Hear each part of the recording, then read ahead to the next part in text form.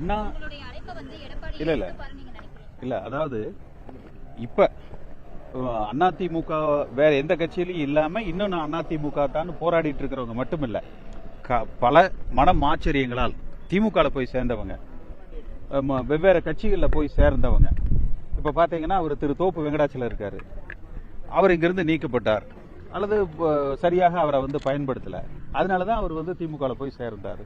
அதே மாதிரி செந்தில் பாலாஜியே அதிமுக இணைவதற்காக வந்தார், சேர்த்துக் கொள்ளப்படாததுனால அவர் வேற கட்சியில போய் சேர்ந்தார். அப்ப அம்மா மறைகிற பொழுது அதிமுகவில் உறுப்பினர்களாக இருந்தவர்கள், புரட்சி தலைவர் எம்ஜிஆர் மறைகிற பொழுது அதிமுகவில் உறுப்பினர்களாக இருந்தவர்கள், அவங்களுக்கெல்லாம் பாத்தீங்கன்னா 70 வயசை தாண்டி இருப்பாங்க.